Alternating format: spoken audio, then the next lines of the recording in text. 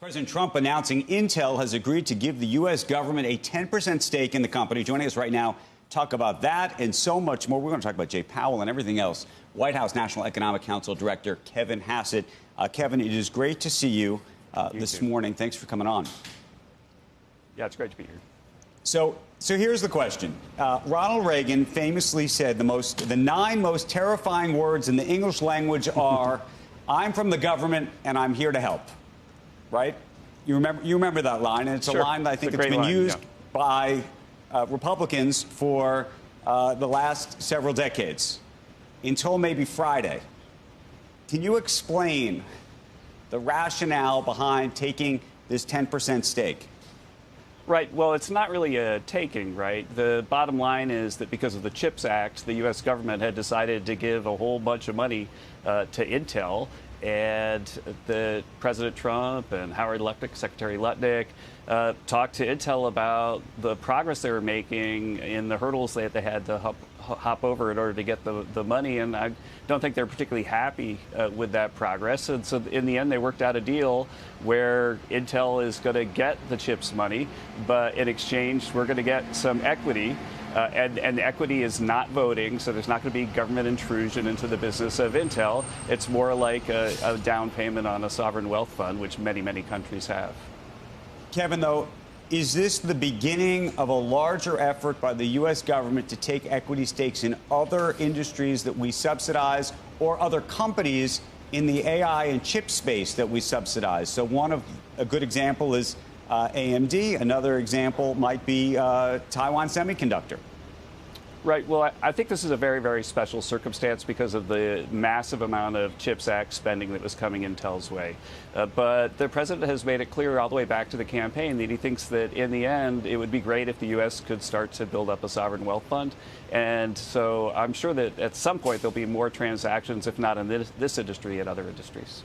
OK, so we should expect the U.S. government to be taking more equity stakes in businesses around the country. That is something that if you're a CEO this morning watching us, you should say, OK, the sovereign wealth fund may be coming and trying to effectively buy in some kind of equity stake. It's possible. Yeah, that's absolutely right. You know, that if in the past, the federal government has been giving money away lickety-split to companies, and the taxpayers have received nothing in return.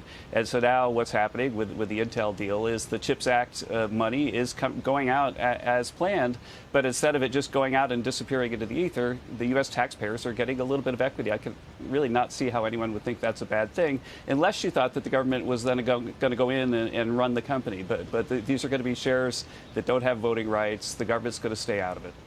Well, it goes back a little bit to the Ronald Reagan quote that I started with, which is when, for many, many years, you know, you and I used to have conversations about Solyndra and how I think you thought that was a terrible, terrible mistake for the U.S. government to be getting involved in. We have been exporting the idea of a free market around the world for as long as I can remember, and this is a major shift. Do you not agree? No, I think this is a very special case of Biden committed the money.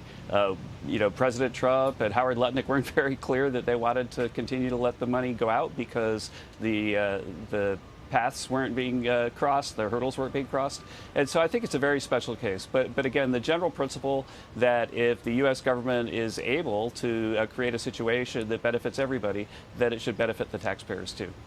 But if you're saying that this is really just the beginning of more as it relates to a sovereign wealth fund or something else, it would be suggestive of something very different. And I wonder how we in the United States and maybe even around the world should think about the idea of national champions, which is something that we've been, and the Republican Party in particular, has been quite critical of for years. No, I mean, we're absolutely not in the business of picking winners and losers, but this is not a thing that is unprecedented. If you look at it right now, the U.S. government owns most everything of Fannie and Freddie. And the president, led by Bill Pulte and Howard Lutnick and Scott Bessent, are studying what should we do with that equity in Fannie and Freddie right now. They've been bringing in Wall Street leaders to discuss it as well. And so it's not unprecedented for us to have a little bit of equity in something. And again, what President Trump wants to do at all points in time is maximize the value of taxpayer dollars. Well, let me ask you this then. In terms of improving the future of Intel, one of the things that it needs more than anything else is demand for its chips. which it does not have at the moment. And so there's two ways to get there. One is just make better chips, which they need to do. But the other is they're going to have to find customers.